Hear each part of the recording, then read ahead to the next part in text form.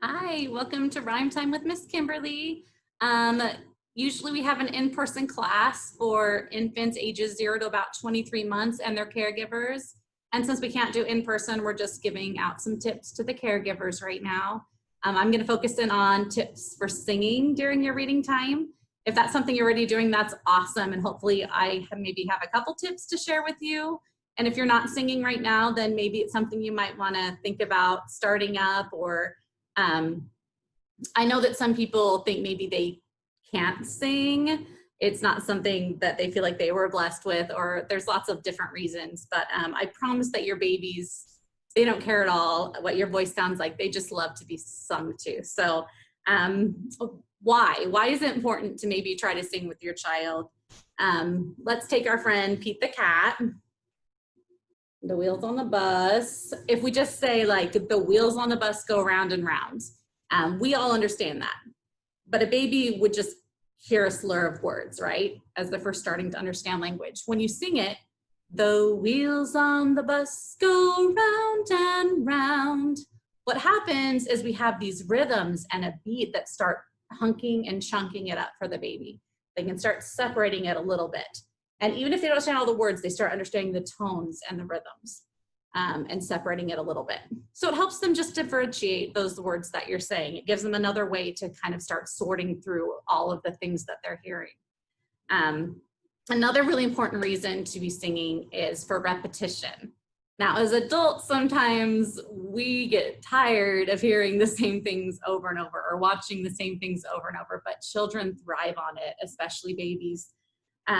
They are comforted by it. And in fact, they gain a lot of confidence by hearing something they've already heard before.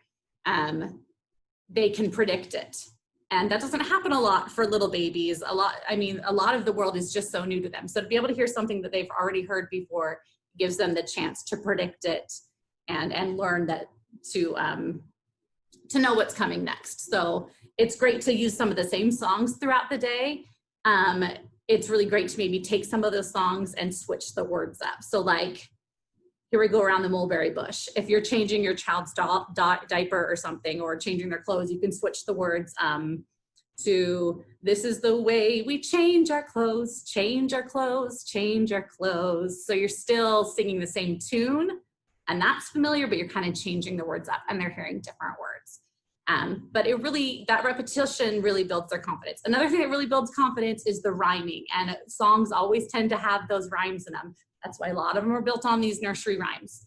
The rhyming, again, gives them the chance to, they hear one line and the next line, they know it's gonna end in something really similar, and they kind of get ready for that.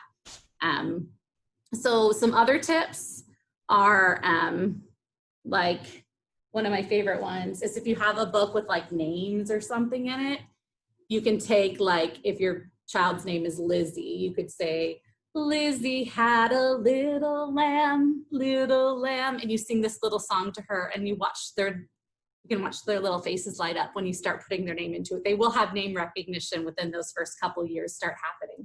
And when they start having that, it's really fun to watch. Let's see, another thing is some of these books, it may not even be exactly a song. Like, this isn't about a song, it's just called Farm. But you could sing, Old MacDonald had a farm, E-I-E-I-O, and on that farm he had a cow, E-I-E-I-O. And as you're singing it, you can have your baby petting the cow, and you keep singing it. You can boo like a cow, and go through this whole book doing the different sounds and reinforcing everything at the same time. So you can find books that they don't have to be all about a song, but you can still sing with the books. And then one of my other very favorite things to do, this one in here has Twinkle Twinkle in it. It's probably my last tip for right now, but is to maybe leave a word out, especially when it comes to rhyming, like twinkle, twinkle. Twinkle, twinkle, little star, how I wonder what you, and kind of wait for it. As they get up into the higher end of this 23 months, they might be able to start filling that in as their language develops. And it's really rewarding to see them come to that. If you've been singing to them all these all these months. They might start trying to fill in those blanks. And it's really sweet to watch. So if you are interested in any of these books, we can put them on hold for you here at the library.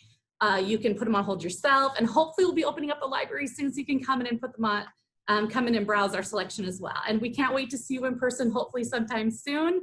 That's it for today, and we'll be back with more rhyme time for you in the future. See you later.